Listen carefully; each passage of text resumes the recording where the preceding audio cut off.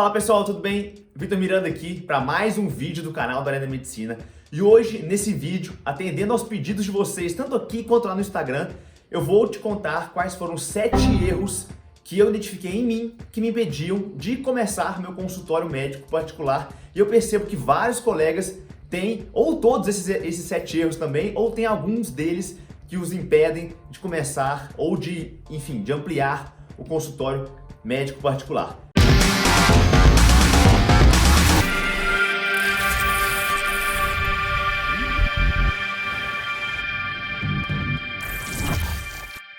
Bom, e o primeiro item desses 7 erros é bem básico. Nós não fomos ensinados durante a faculdade e também durante a residência a ter um consultório médico particular. Pensa comigo, são 6 anos de faculdade onde poucas vezes se toca nesse assunto ou quase nunca se ensina como começar, criar, gerir um consultório médico particular. E na residência, quando talvez a gente tenha esperança de que vai aprender como fazer esse consultório, não, a gente também não tem um foco nesse tipo de conteúdo, a gente acaba saindo da residência sem ter aprendido como começar um consultório particular. E perceba que às vezes, pessoal, são 6 anos de faculdade, se tivesse sido 6, né, às vezes foi 7, não sei, mas a residência, que são no mínimo 2 anos aí, uma área geral. Se você pega o acesso direto, são 3 anos. Se você pega uma sub, 4, 5 anos, somando aí talvez 11 ou até mais anos da sua vida dedicados a uma profissão que não te ensina a trabalhar de maneira particular nessa profissão. Então esse, para mim, foi o meu maior desafio, né? O maior erro aí da minha formação médica foi ter chegado na residência sem nunca ter me interessado em como que eu vou começar um consultório. Eu comecei a me interessar no meio do meu R1, vou te contar mais nesse vídeo como que foi. Mas para mim esse é o erro maior aí que a gente consegue perceber na grande maioria dos colegas médicos, é o fato de não termos sido ensinados, tanto na faculdade quanto na residência, a como começar um consultório médico particular. E geralmente, qual que é a evolução da residência? Você trabalha na faculdade, você trabalha na residência, aí você vai trabalhar para o seu chefe, aí você vai começar a pegar um plano de saúde ruim, aí você melhora esse plano de saúde seu, e depois de, sei lá, 3, 4 anos você começa a engatar um consultório particular, mas aí já foram talvez 15 anos da sua carreira médica sem ter começado o seu consultório médico particular. Eu não estou falando que é errado fazer o que eu acabei de falar, não. Essa trajetória, tá? Ela é muito comum. Eu estou querendo te dizer que hoje existem ferramentas que possibilitam com que você vá mais rápido nesse processo. Eu não estou falando de cortar caminho, tá? Pular etapas, não. Eu estou falando de ir mais rápido. Você pode, já na residência, preparar um movimento ali na internet que te possibilite terminar a residência já com uma certa atenção e talvez com alguns pacientes particulares, e a partir desses primeiros pacientes particulares começar a trabalhar uma carteira de pacientes ali, fidelizando esses pacientes, entregando um bom resultado, atendendo eles de maneira organizada e assim construindo o seu consultório. Mas eu vou te explicar mais sobre os próximos 6 erros que entra um pouco disso que eu tô falando aqui agora, tá? Mas a questão é, existem ferramentas novas e nós precisamos utilizá-las para acelerar esse processo, tá bom? O segundo ponto agora é um ponto que é um pouco mais pessoal e eu sofri muito com esse ponto e talvez você também sofra com esse erro, que é a dificuldade de cobrar a consulta do paciente. E aqui eu vejo 2 motivos que me impediam de cobrar essa consulta do paciente. O primeiro ponto é que a gente precisa de uma curva de amadurecimento na profissão para sentir segurança em cobrar aquele valor. Às vezes você não acha talvez nem justo cobrar de uma pessoa por uma informação ou por um serviço que você tem feito de graça há 6, há mais 10 anos contando com a residência. Eu tinha essa dificuldade. Uma pessoa ia no meu consultório particular querer aprender sobre diabetes tipo 2 ou para emagrecimento, por exemplo, e eu falava, caramba, vou cobrar dessa pessoa para dar uma dica dessa? Mas faz parte do amadurecimento. Por quê? Com o passar dos dias, das consultas, você percebe que aquela sua simples dica ajudou muito aquele paciente, mudou o jogo para ele, resolveu um problema e no final talvez a consulta saiu até mais barata, ela saiu até de graça, porque sei lá, se trocou um remédio por outro, esse paciente perdeu peso e parou de usar uma medicação, no meu caso, né, ele adiou uma cirurgia, ele abandonou uma classe de medicações, enfim, extrapole isso para o seu dia a dia. Aquela sua simples dica que talvez você ache que não vale, que não tem valor, para a pessoa que te perguntou, às vezes é a chave que ela precisa para um novo caminho. Então, é normal, eu demorei um tempo para amadurecer e hoje eu cobro um valor que eu acho justo, uma remuneração que eu acho justa pela minha dedicação, para eu ter tranquilidade para estudar, para eu ter tranquilidade para ficar com quem eu gosto, com a minha família, ter meu tempo de lazer, manter uma saúde mental e ainda assim ajudar meus pacientes, tá bom? Então, isso é muito pessoal, mas cada um vai ter a sua curva de amadurecimento. Mas o segundo ponto que eu acho que é mais importante na discussão aqui do porquê que é difícil cobrar consulta particular é quando você tem a plena certeza de que se o paciente joga no Google a queixa dele, a resposta do Google é igual à sua. É complicado falar isso aqui, né? Mas é verdade. Às vezes a gente está tão acostumado a somente ler o guideline do paciente que a gente trata a doença, mas não trata o paciente. Eu não estou dizendo que você não tem que saber os guidelines, que você não tem que saber as condutas. Eu estou te dizendo que às vezes o paciente ele quer mais que isso. Ele já sabe que o losartan trata a pressão alta, mas ele quer entender o problema. Ele está com um medo de ter um AVC, porque o pai dele teve, e ele quer que você explique para ele a chance, as opções disso, entendeu? Ou ele quer saber uma outra alternativa, ou às vezes ele só quer desabafar o quão pesado está ser doente. Não sei, eu tô viajando nas ideias aqui para que você perceba que às vezes não é a melhor consulta que vai fazer com que o seu paciente fidelize. Várias vezes na residência, pessoal, eu separava o último paciente do dia para fazer aquela consulta assim, ó, que eu ia lá no guideline do American College, da ADA, pegava lá exercício, diabetes, nutrição, montava um plano ali junto com todo mundo da equipe e o paciente nunca mais voltava. Falava, caramba, como é que pode? Eu fui o melhor médico que poderia ser para aquele paciente, mas na verdade, para aquele paciente, naquele momento, o que ele precisava era de outra coisa. Talvez ele precisava de ser ouvido e não de ouvir tanto de um médico, né? E eu converso muito e às vezes eu devo ter feito isso com muita gente no consultório. Então, tenha essa sensibilidade, tá? Não apenas seja um leitor de guideline para seus pacientes e não somente um prescritor de remédio. Trate o paciente e não somente a doença que esse paciente tem. Isso faz uma diferença enorme no seu consultório. E se isso fez sentido para você, já comenta aqui embaixo, tá? Se isso te incomoda, porque essa, para mim, tirando o fato de eu não ter aprendido como criar um consultório médico, foi o segundo erro que mais me apertou e que mais freou a minha evolução no consultório particular, foi essa dificuldade de cobrar do paciente um valor que eu achasse interessante e justo. E o terceiro erro que eu vejo aqui é a dificuldade que o médico tem de ser encontrado. Se o paciente ele tem que procurar o seu telefone do consultório ou endereço para ir até você está com uma grande barreira de ser encontrado. Porque hoje em dia as pessoas se encontram e nos encontram pela internet.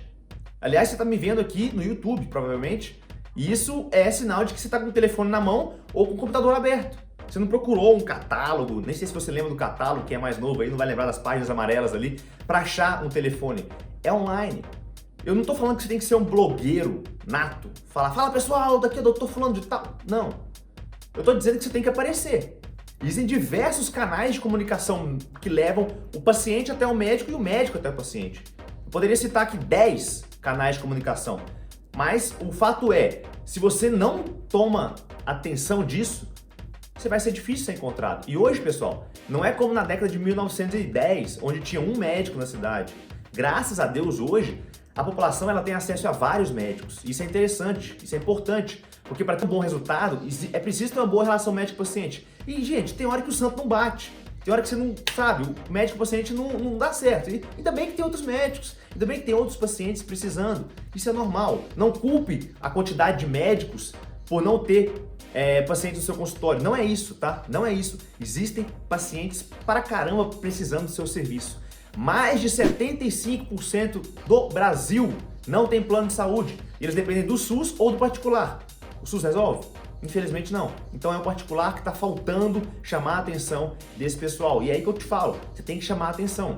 Qual que é o jeito mais fácil de chamar a atenção hoje em dia? Televisão, é onde as pessoas têm atenção, e internet. Televisão ainda é caro. Vai fazer uma propaganda na novela das 8, sei lá que hora que tem novela, 9, sei lá. Não sei, é caro isso. Nem pensa em fazer isso. Mas na internet é de graça. Você tem hoje redes sociais como o Instagram, como o YouTube, que é gratuito estar aqui. E se você quiser talvez fazer um anúncio, é barato. Procura um gestor de tráfego, tá?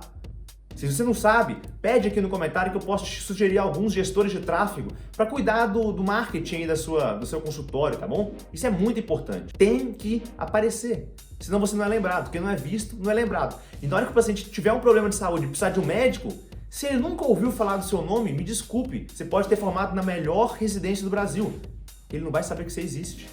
Ele não vai bater na sua porta, ele vai estar na internet ou no Instagram. Então, estar online é essencial, ser encontrado é essencial para que você consiga ter um bom consultório particular. E lá no MedSkill, não sei se você conhece o MedSkill, uma plataforma que a gente aqui do Além da Medicina desenvolveu, tem um passo a passo de como começar o seu marketing desde a faculdade até um Instagram profissional, tá? Você vai ter acesso a esse material, acho que dá R$1 por dia, se eu não estiver enganado no valor hoje. Vou deixar o link na descrição também, para que você tenha acesso a esse material e consiga dar o primeiro passo, abrir a cabeça para o digital, que é bem mais simples do que diagnóstico médico, tá? Bem mais simples do que diagnóstico médico. Mas vamos lá, vamos para o quarto erro mais comum que impede o médico de criar ou de crescer o seu consultório particular. E eu chamo esse erro de síndrome do eterno residente.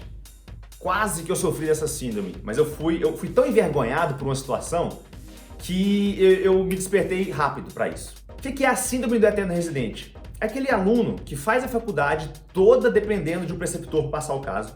Ele entra na residência, ele também depende sempre de um chefe para carimbar ali o que ele fala, ele não tem aquela segurança de passar. E quando ele vai pensar em fazer um consultório médico, ele já trava. Que não, nossa, eu preciso de alguém, eu não consigo, eu não estou pronto, eu não estou preparado, eu preciso de aprender mais, eu vou fazer uma pós, eu vou fazer um MBA, eu vou fazer um Fellow, eu vou fazer um R12.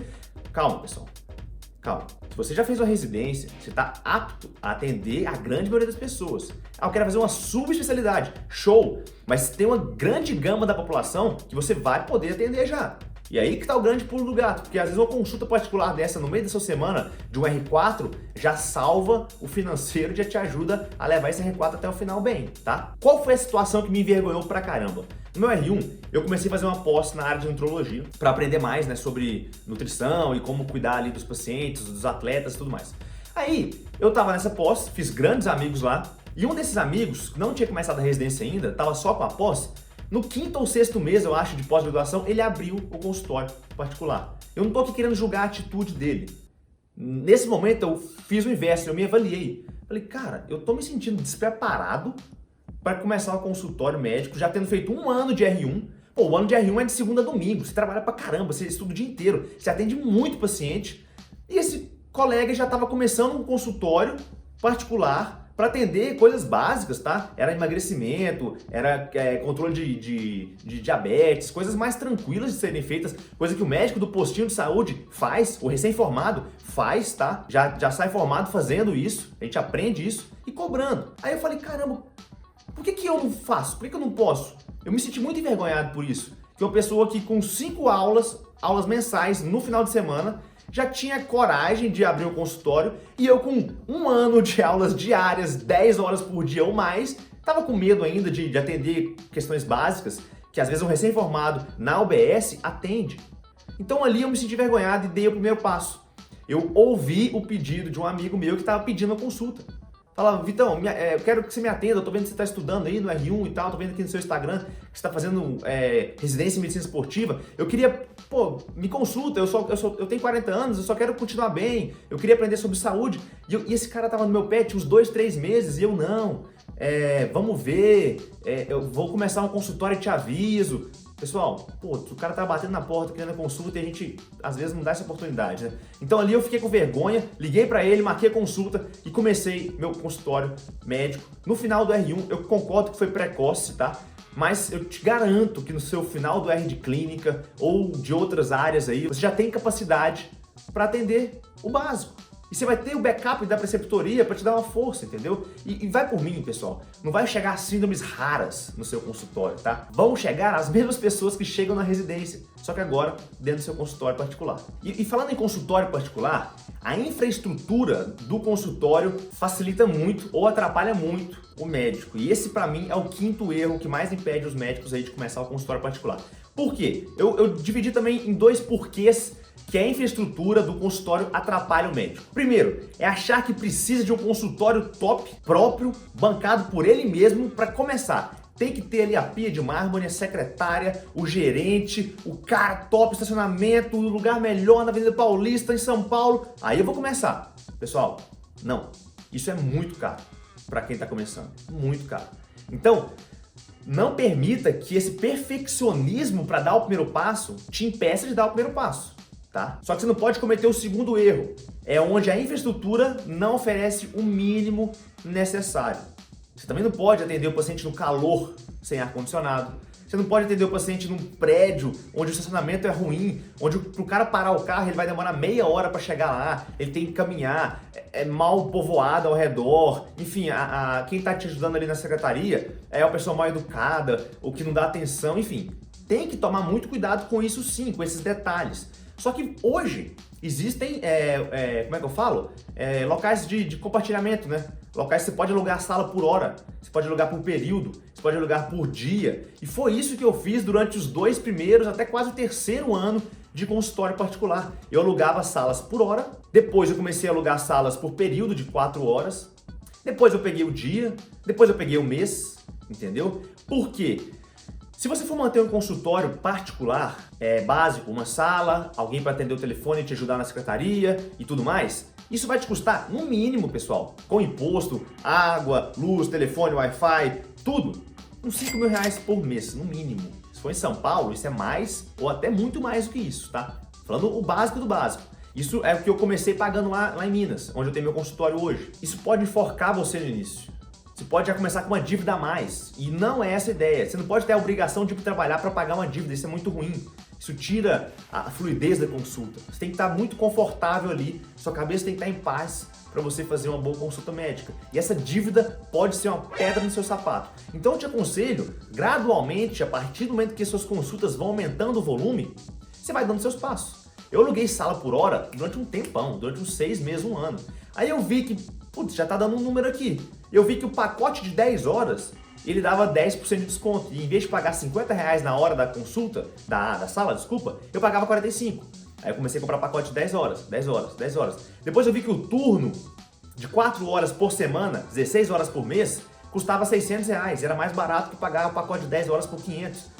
Peguei o turno. Enfim, eu fui gradualmente, de acordo com o crescimento do meu consultório, dando meus passos. Até que eu aluguei minha sala e hoje eu tenho uma clínica num local de 400 metros quadrados, com 3 salas, com academia anexa, com várias pessoas no meu time, mas eu respeitei o crescimento. Eu não dei um passo maior do que eu poderia dar e eu tive conforto nesse crescimento. Eu não me enforquei em dívida, em prestações, eu tive a tranquilidade para crescer meu consultório. E sem dúvida nenhuma, o digital, o Instagram, foi o que cresceu no meu consultório. Isso eu não posso negar. Eu fiz muita aula, muita palestra em liga, eu apareci em congresso, eu fazia Instagram, eu conversava sobre o que eu fazia, eu me mostrava disposto a trabalhar em vários canais. Mas o digital foi o que puxou para cima o meu consultório, sem dúvida nenhuma. Vamos lá para o 6º erro agora que eu cometia e agora eu já tenho prestado mais atenção, que pode impedir o médico de crescer seu consultório, tá?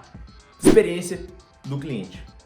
Dados do mercado aí dizem que um novo cliente, ele custa 7 vezes mais recursos do que um antigo cliente. Ou seja, você ganhar um novo paciente, extrapolando esse número, pode custar até 7 vezes mais caro ou 7 vezes mais esforço e tempo do que manter um paciente que já te conhece. E por isso a experiência desse cliente, desse paciente com você, é muito importante para a fidelização dele nos seus cuidados. Um grande chefe meu da residência, Dr. Michel, que é um amigão que eu fiz, ele me falou uma vez que se eu tivesse uma média de 100 pacientes particulares, fiéis ali, me pagando 3 consultas por ano, eu já teria um bom consultório médico e eu poderia ficar teoricamente tranquilo com essa recorrência de pacientes. No início eu fiquei, 100 pacientes não, 100 vai dar pouco e tal. Mas hoje, já tendo aí uns 2 anos de consultório mais cheio, eu percebo que o número em torno de 150 é bem suficiente sim, se eles te visitarem aí 3 vezes por ano. E pessoal, convenhamos, 150 não é um número tão difícil de ser buscado, tá? Às vezes você está pensando que é preciso ter milhares de pacientes para ter uma tranquilidade, uma estabilidade, para largar um plantão. Não, 150 fiéis já te deixam bem tranquilo na sua rotina de consultório médico. E o mais legal é que às vezes eu vejo minha agenda lá em Minas e em uma semana eu tenho, por exemplo, 30 pacientes novos, 30 consultas novas. Só que desses 30, 10, 12 já são pacientes antigos que estão voltando, né, retornando em novas consultas para um novo segmento, para tirar uma dúvida, para alguma coisa assim. Aí quando eu vejo e falo, nossa, tem 30 novas consultas, que legal. Não, peraí, tem 12 pacientes que eu já conheço, mais legal ainda. Foi mais fácil. Se eu não tivesse esses 12 antigos, eu teria só 18. Agora com os 12 antigos que estão voltando, eu tenho 30. E isso me permite uma remuneração bem interessante só no consultório. Nessa semana que eu trabalho em Minas, eu consigo fazer o equivalente aí, pessoal, abrindo o jogo para vocês aqui, o equivalente a 15 plantões de 12 horas em 7 dias de consultório, no meu horário comercial, ar-condicionado, tudo bonitinho, do meu jeito, com a minha equipe. Isso me permite ainda 20 dias de sobra do meu mês para eu fazer o que eu quiser, inclusive trabalhar mais. Então assim, eu terminei a residência faz 2 anos e eu já tenho essas opções. Eu vejo que muitos colegas não têm tantas opções depois de terminar a residência, talvez porque ficou preso em algum desses erros, entendeu? E eu tô abrindo o jogo aqui para vocês porque, pô, eu acredito realmente que é possível você conseguir crescer um consultório particular. Só que a gente não aprendeu isso. E eu resolvi passar esse conhecimento para vocês aqui, de tanto o pessoal no inbox ali perguntar, nos comentários aqui do YouTube pedir. Falei, pô, vou montar uma aula legal, tá até longa essa aula aqui, mas eu acho que vale a pena. Se você chegou até aqui, é um sinal que você está muito, muito interessado em se desenvolver e ampliar aí seus horizontes como médico, né? E para encerrar esse assunto do 6º erro, da experiência do cliente, o segredo é básico. Resultado mais amizade.